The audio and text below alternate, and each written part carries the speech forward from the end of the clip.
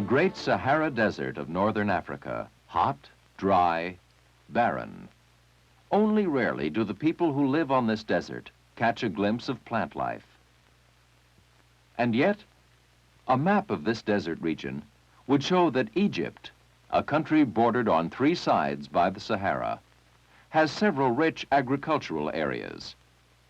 How is this possible in a region with so little rainfall?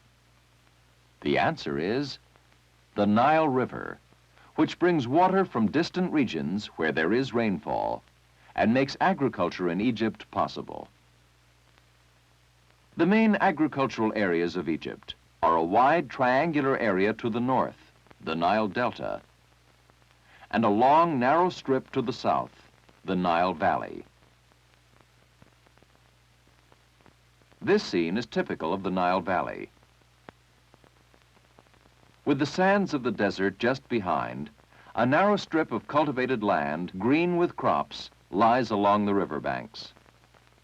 The people cultivate only as much land as can be reached with the waters of the river. Since the earliest days of civilization in the Nile Valley, men have developed ways of carrying river water to more and more land.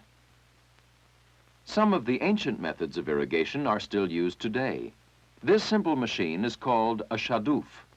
River water is scooped up and poured onto the land. A counterweight makes the work easier.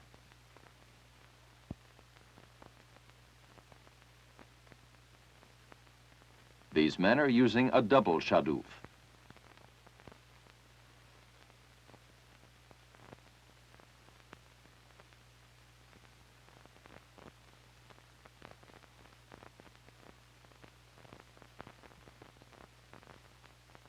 Another ancient irrigation method still used by the people of the Nile Valley is called the sakwia. It is a kind of water wheel turned by an animal, usually an ox. Buckets attached to the turning wheel scoop up the water, which is then emptied into irrigation ditches. Children often have the job of keeping the animals moving and turning the wheel.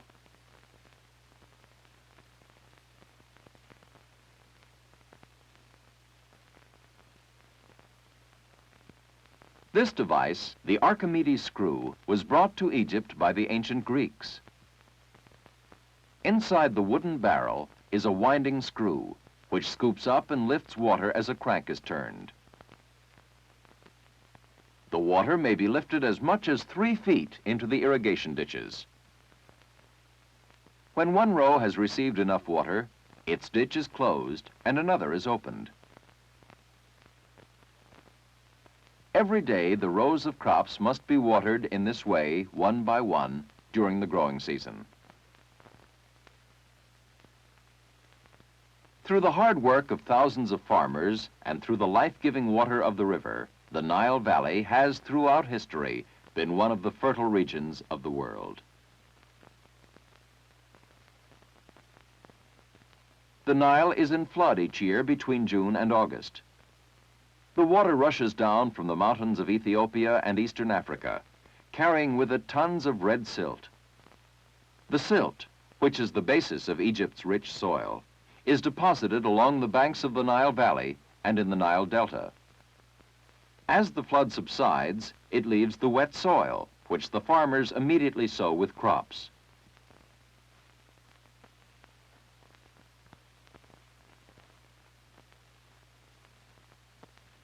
The floods of the Nile and the amounts of silt they deposit vary, causing the lean years and the years of plenty referred to in the Bible. Since biblical times, and even before, men have dreamed of controlling the mighty Nile so that every year might be a year of plenty. A step toward that dream was the building of the Aswan Dam in 1902. The dam stores some of the floodwaters which are released later in the year. The Aswan Dam, only one of several irrigation works along the lower Nile in Egypt, has a huge reservoir that will store more than 175 billion cubic feet of water. Downriver, there are a number of water barricades, like this one, called barrages. A barrage is something like a low dam. Its purpose is to divert river water behind the structure into nearby irrigation canals by raising the height of this water a few feet. This overhead view indicates how water behind a barrage is diverted into irrigation canals.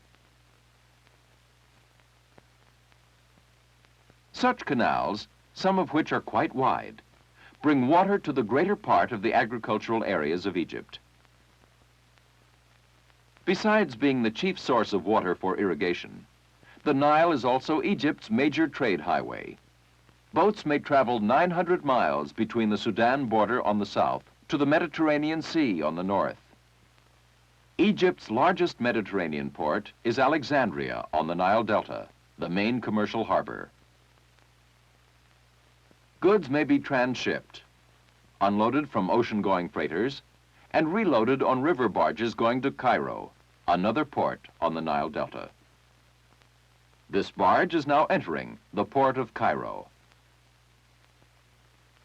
Cairo is the capital of Egypt, a commercial and industrial center with a population of more than 2 million.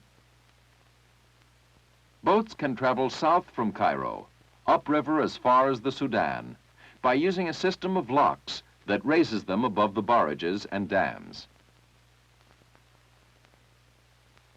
The Nile is navigable at all times except during the flood season. Then it is much too treacherous. When the flood comes down, carrying silt to the valley and delta of the Nile, the sluice gates of the Aswan Dam are opened. This is done because the amount of water is so great, only a small part of it can be stored in the reservoir. Another reason for opening the gates is to allow the water to maintain its speed.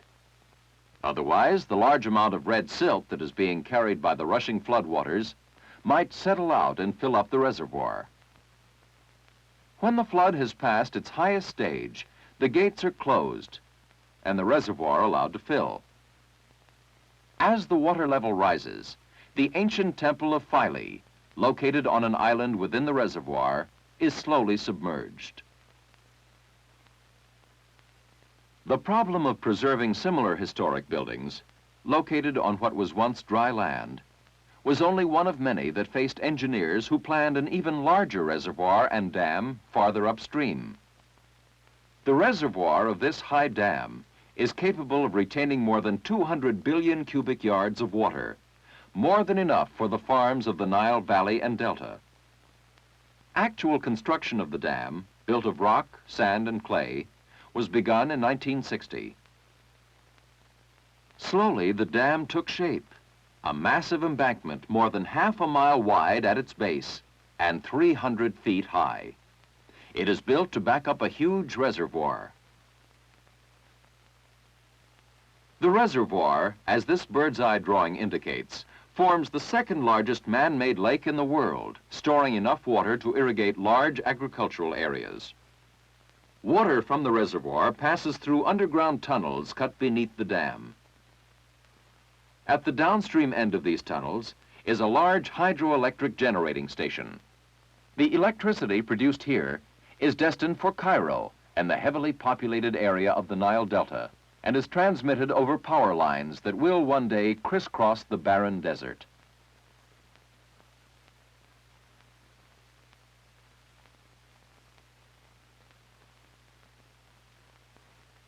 Now harnessed as a source of electrical power, the Nile remains the traditional transportation highway of Egypt and the major source of the water that irrigates Egypt's fields. The ancient systems of feeding this water to the crops will slowly disappear. They will be replaced by newer, more efficient methods. More areas of the barren desert will be converted into productive farmland by the Nile in Egypt.